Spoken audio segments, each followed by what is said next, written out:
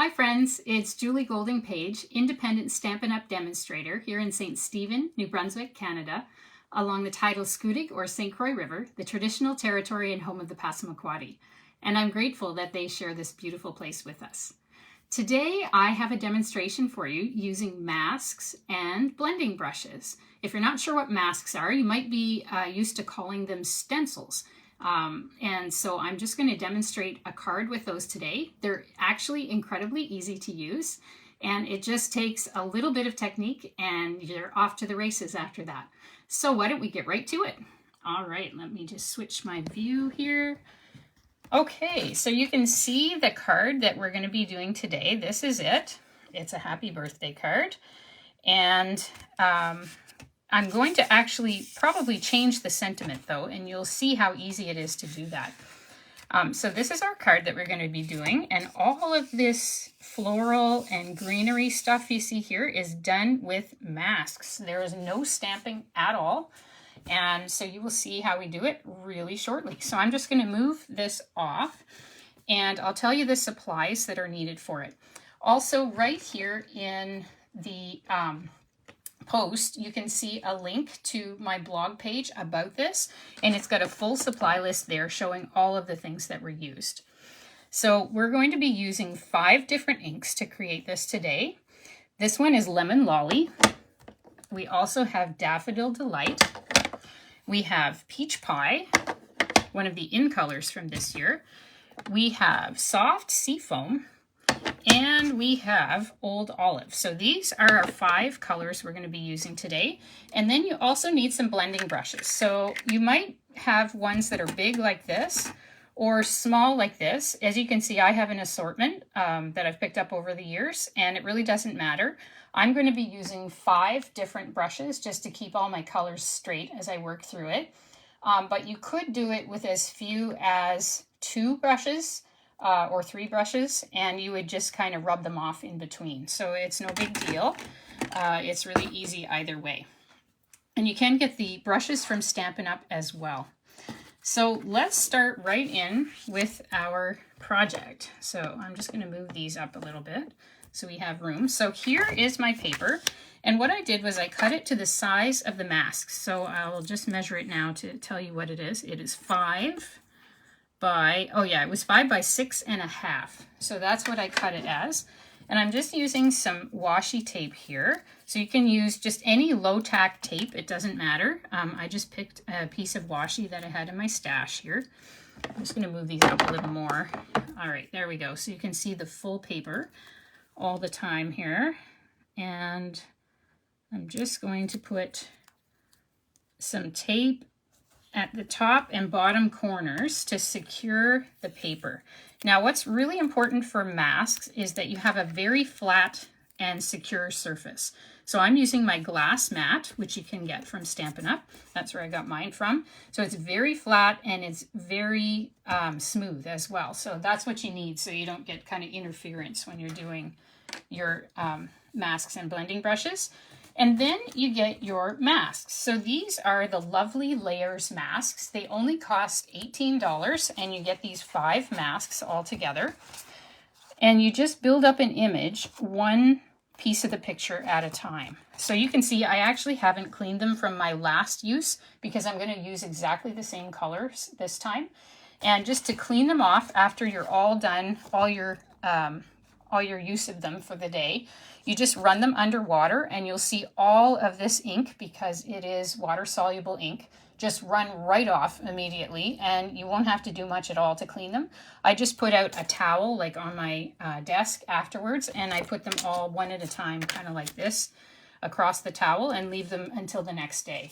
So if you are doing multiple projects with your masks, I would suggest that you do all the ones with the same color, and then wash them off, and then let them dry, and then use your next bunch of colors on them when they're completely dry. Otherwise, you'll get water interfering on your project as well. Oh, hi, Kathy. Good morning. Yeah, I hope you like this project today. All right, so these masks are all marked with numbers. So I don't know, can you see that number up there? There's a number 1, there's a number 5. So you kind of have to hold them under the light, but they're in the top left corner next to this little triangle that you see at the top.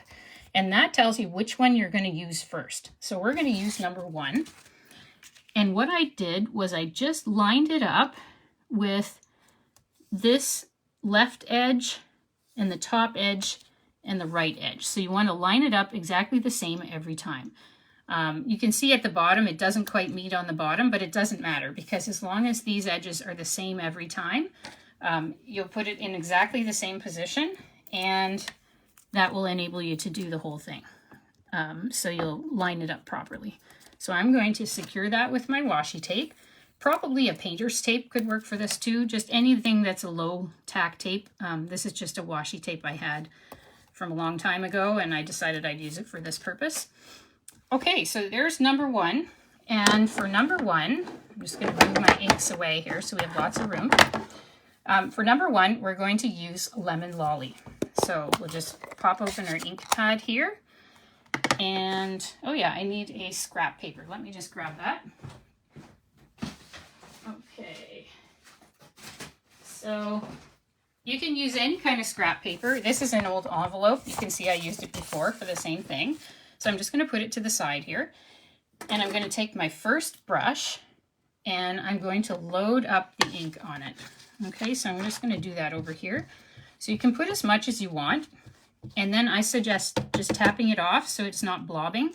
Now this Lemon Lolly ink pad I have doesn't do much blobbing anyway, and it's pretty subtle. So I'm just going to start making circles around and in the openings on the stencil or mask. And I suggest just using a light hand at first because you can go back as many times as you want before you remove the mask. So I'm just kind of using a light hand here. It does get a little hard on your hands if you're kind of getting a death grip on your brush. So just be aware of that. It can kind of make your hands seize up a little bit if you go too hard. All right, so let's do that. And you can do circles in both directions. You can see I'm kind of switching direction there. And add as much color as you want before you go on to your next color. So on each mask that you have, you'll be using the same color. Now it would be possible to use different colors if you wanted to. You just would have to be careful not to blend the colors into the next part of the stencil. So you could do that. But I find it easier to just do this. It's less complicated and you can just get a nice result without too much work. All right, so there we go. That's the start. So let's close up our ink pad here. And now I'm going to remove the stencil or the mask. Okay, so that's number 1 done, and that's what we've got as a result, which looks pretty good, right? So we'll go on to the next one. We'll do number 2 next. And this one you can see says number 2 right there. So we'll line it up again at the top and the sides, just like we did before. And I should say you could use a smaller piece of basic white cardstock underneath than what I did. But I used this size because I thought it would just be so much easier to line everything up if I used a piece that basically matched the size of the mask. But if you're trying to be more economical with your cardstock, you could certainly do it a different way too. Okay, so our next color for mask number 2 is Daffodil Delight. So the key to this whole thing working is always choosing your colors so that your light colors go first and you get ever darker and more intense as you go. So I picked Lemon Lolly because that's the least bright color I'm using. And next I'm going with a bit of a more intense yellow. You can see it's kind of blobbing there a little bit, whereas the other one didn't. And we're going to just do the same thing again. Just do our lovely circles here. Whoops, I just moved that by mistake. So I'm going to try to hold that down a little better. My tape might be a little weaker than I meant it to be. All right, so we'll just hold that down. And make all these circles.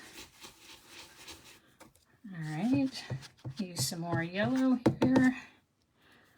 So I'd love to know if anybody's used these masks before, whether this particular set, which is called Lovely Layers, or if you've used another set of them before. It really creates a beautiful result, and it's a neat way to make a card without a stamp set and without any stamping. So it's a whole different kind of skill, but a really easy one to learn. All right, you can see that yellow really standing out now.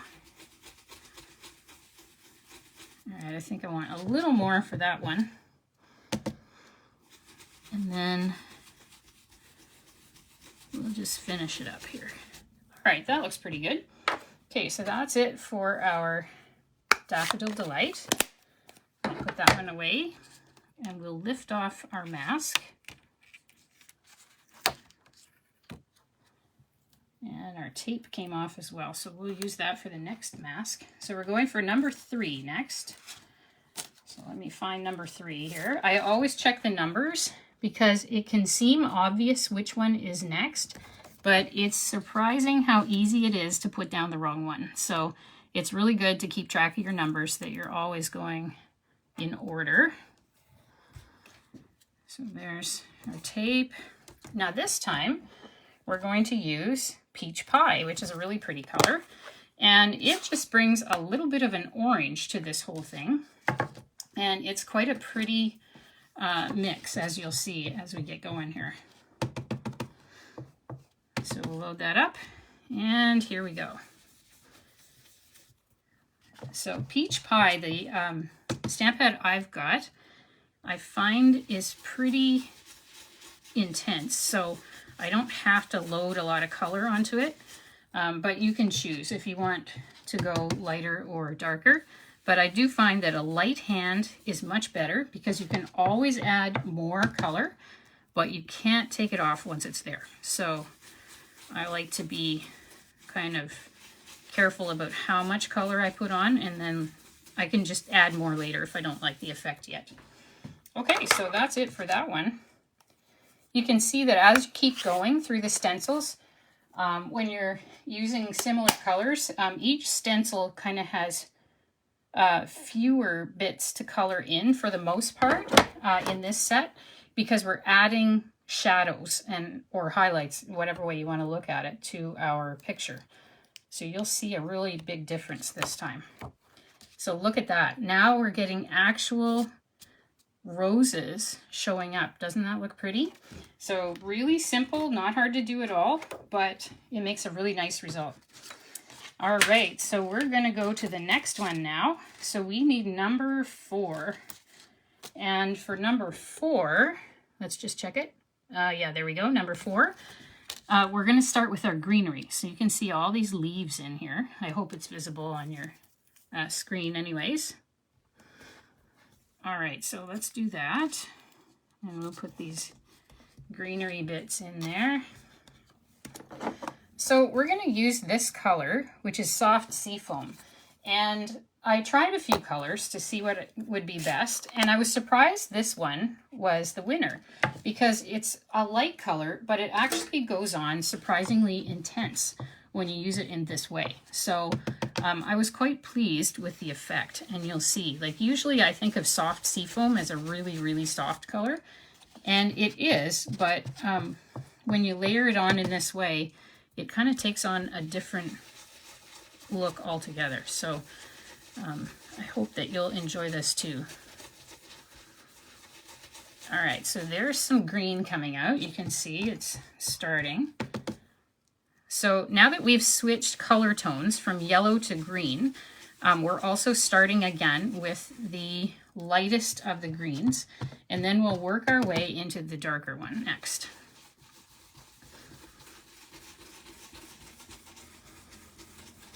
All right, let's see.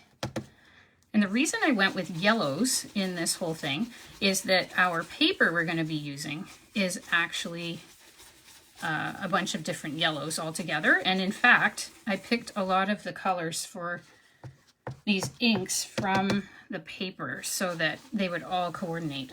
One of the really big benefits of Stampin' Up's items are that they all do coordinate. So if you buy paper, it'll tell you every color that's used in the paper right on the back of the paper itself. I can show you after I get this masking done. And then you can choose coordinating cardstock, ink, embellishments, whatever you need, ribbons that are in those colors as well, and you don't have to fuss about the colors. All right, so look at that. So that is surprisingly intense. You wouldn't think that the ink, which on the front looks like that, would turn out as vibrant as that, or at least I wouldn't have thought so. So I think that's pretty cool. All right, and our last one's going to be Old Olive. So it's going to add just a little more dimension to the whole thing. So let's take number 4 off, and we're going to go straight to number 5. So this is our last one. There's the 5 at the top, so we confirm we got the right one. And we're going to tape it in place. So again, we'll line it up. And here we go. Oh yeah, thanks, Kathy. Yeah, the colors really work well together. It's building up a really interesting image. I find these masks are so neat. At first, when you start, you think, this doesn't look like anything. How is this going to turn out? But it's one of those things where you kind of have to trust the process, and you kind of keep going and keep layering on, and eventually you get a really nice result. And you don't have to be the least bit artistic to make it work either. You can just keep making little circles like I'm doing here and adding color. All right, let's go over here. We'll add color on this side. All right, we'll go for some more.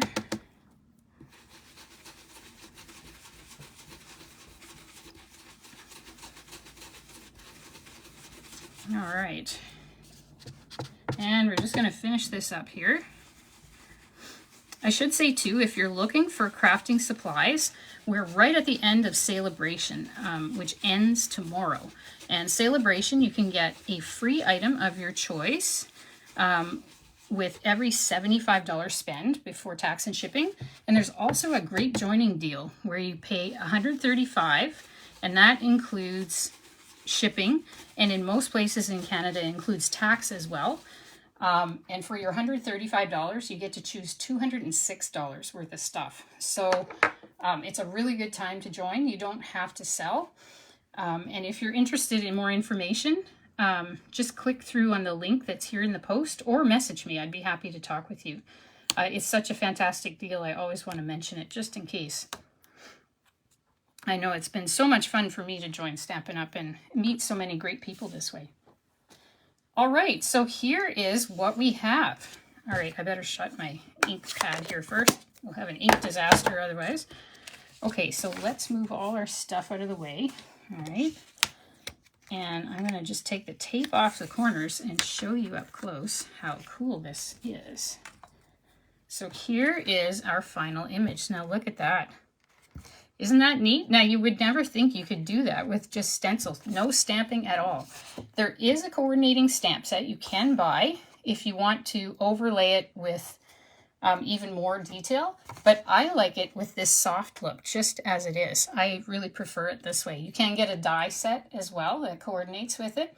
That'll cut out this entire image. Or you can just use your scissors and cut it out yourself, whatever you prefer. But I really like that. So now it's time to build our card.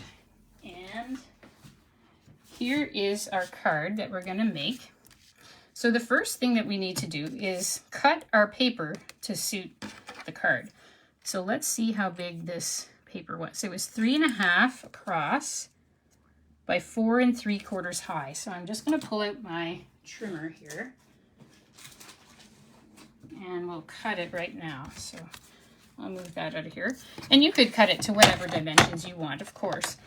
I'm just going with this because I liked how it was before. And, oops, I got it upside down here. What I found when I cut it before was if I cut just a slight bit off the top and each edge and the bottom of the image, it looked best. So I'll show you here. See how that leaf just goes off the edge? These leaves go off the edge, these ones go off the edge, and that one goes off the edge a bit. So that's kind of how I gauged it into where to cut. So let's do that. Let me see. Okay, so let me see. This would be 3.5 is what we want. So let's cut off just a little on the edge here to start with, and we'll see how that. Whoops, I've got it too far over. Let me see. So that looks like it's right on the edge. So let's cut there. All right, so that's a little short of it, but I don't want to cut too much. So I'm just going to try it this way, and we'll see. Where would 3.5 put me? Kind of there. Okay, let's put it over just a little. Cut off a little more. Then I'll go back and cut more off the other side as well. All right, let's try that. Okay, so I cut a little off the edge there. You can see those are the little pieces that got cut off. Now I'm going to flip it back over. We're going to just kind of wiggle it around till we like the look. So it should be 3.5. So that's about 3.5. So let's go ahead and we'll cut that. Okay, now it is 3.5 across, and we want it 4 3/4 tall. So let's just put it here so we can sort of see where it's going to be. We'll cut that one first, a little bit off the edge of the top, and we'll flip it around. And 4 3/4 would be about right there. That should be about right. Okay, perfect. Okay, so we're just going to cut that. And if you prefer, and you find that's too much of a frig to do that, to cut it this way, what you could do is just cut out the image, but I'd rather just make straight cuts than use my scissors to cut out the whole thing, because I actually haven't got the dies that match. So, so that's what I did. We'll just see if it fits on here. Yes, it does. Perfect fit. So that's great. And this is a really nice little trimmer from Stampin' Up! That you can get. It's just $30-some, I believe, so it's not a lot of money. Okay, so we've got that. Now let's see about putting the rest of the card together. So earlier this week, I had asked people this or that. I said, which paper should I use in my card today, in my demonstration? And I do this now every week. I find it really fun to have everybody give input, and then I make a project using the input everybody's given. So I said, would you like me to use this one, which is a floral and gingham vellum? So I'll just pull that out for you to see it, because it's super pretty. And I think a lot of people haven't seen it before, probably. So I'd like to show you what it looks like, because it's so nice. All right, I'm going to get the different colors out here. So here's 2 of them. There's one more I want to show you as well. So there's 3 different colors of it, or 3 different patterns, and it comes in 6 sheets. So you get 2 of each. So here's one that's got Pool Party and White Gingham. So it's very pretty. This one is various shades of yellow, and it's very pretty as well. And then the final vellum, I think this one's my favorite. It's got Pool Party background and then little flowers with little yellow centers. I think they're so pretty. They look like the little flowers that come out in the spring. Here in the Atlantic region, we call them bluets. I don't know if that's their official name or not, but that's what it reminds me of. They're so cute. You know that summer is really close when you see those coming out. So I love that paper. It's really beautiful. And the other choice I asked people to vote on was Floral Delight Designer Series paper, or DSP as we call it. So this is all different shades of yellow, as you can see. So I'll pull out a few of those to show you. So there's this gingham, there's yellow flowers on the back, more yellow flowers. There's this little dots and lines one. You flip them over, there's more flowers on the back, some brown, and all kinds of different lovely patterns featuring yellow. And the choice was to use this yellow-based paper. So again, it is called Floral Delight Designer Series paper. But just in case you like the other vellum really well, later on in the coming days, I'm going to be blogging a project using this vellum as well. So come back for that in a little while, and you can see that as well.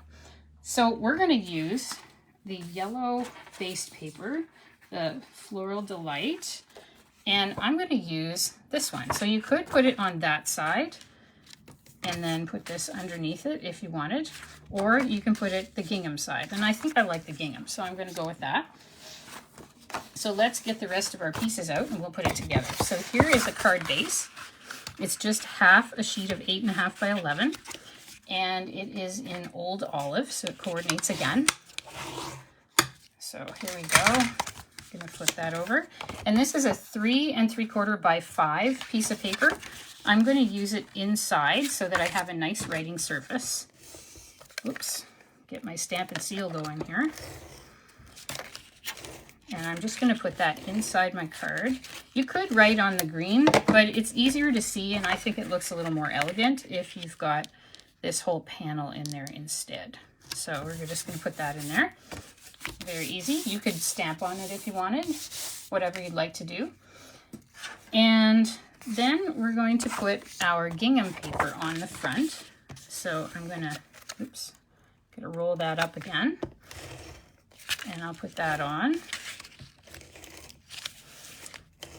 And if you don't have a demonstrator already and you're interested in any of these products or anything that Stampin' Up! Sells, I'd be delighted to help you. Just message me anytime, and I'd be really glad to answer your questions and provide you with the resources you need to get your projects done.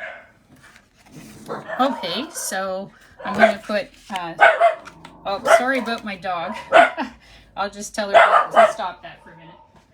Okay, sweetie. Yeah, I've got my puppy here in the room with me, and she was sleeping until my other dog downstairs started barking, and then she got a little riled up. So this is a live video. I'm a real person. Oh well, that's okay. Maybe you can identify.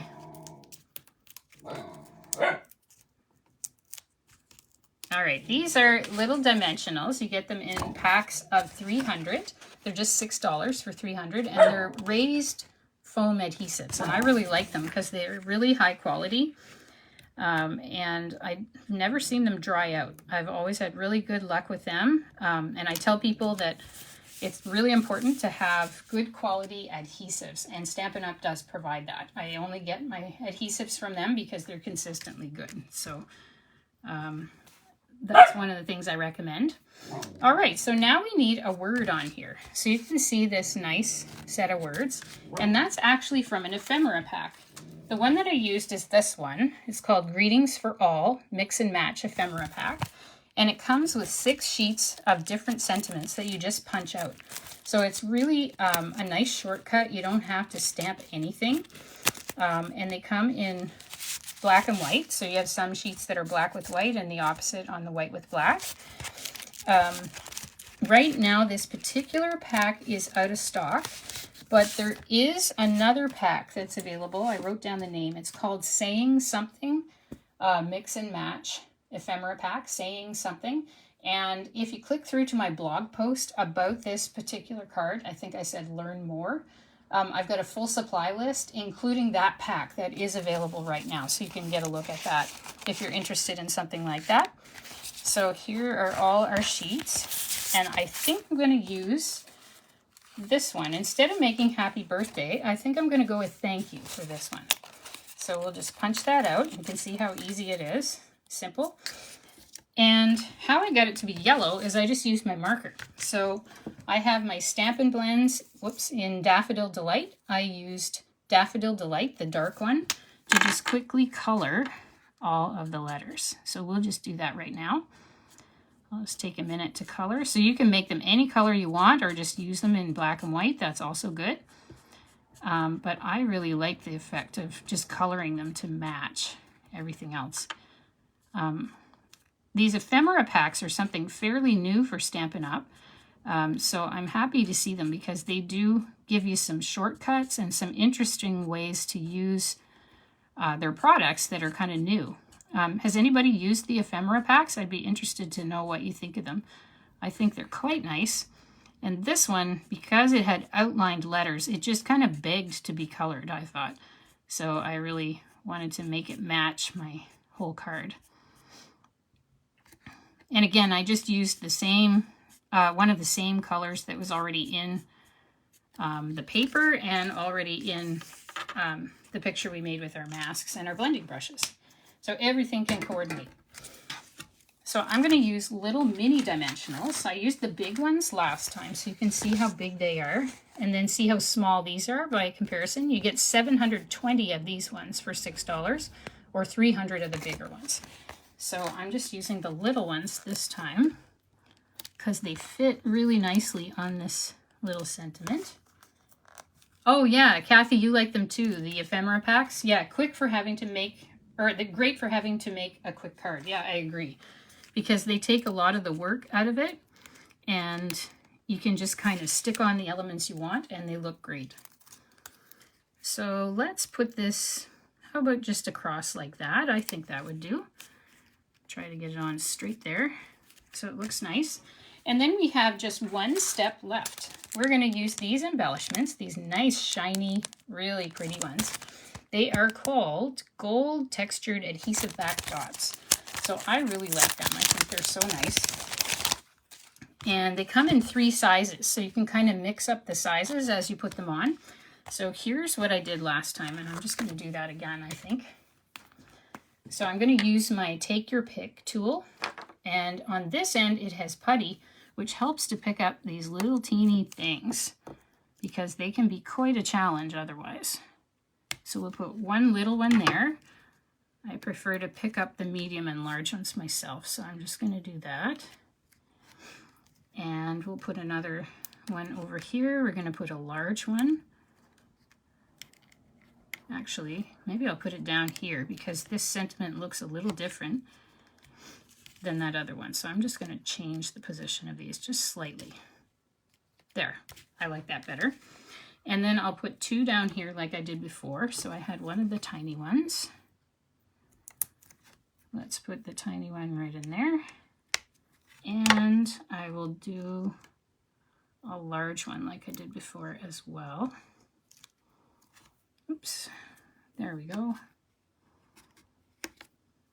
All right, so there, my friends, is the final finished card. So really doesn't take any artistic ability at all. If you can pick up one of these blending brushes and go in a circle in either direction, you can make this because it just requires the stencils or masks, as they call them at Stampin' Up, and the inks to do it. So I hope you really enjoyed this project. Thank you for joining me today. And if I can help you with anything regarding purchasing any of your craft supplies, or if you're interested in joining Stampin' Up with their great deal, please do let me know and I'd be delighted to help you. All right.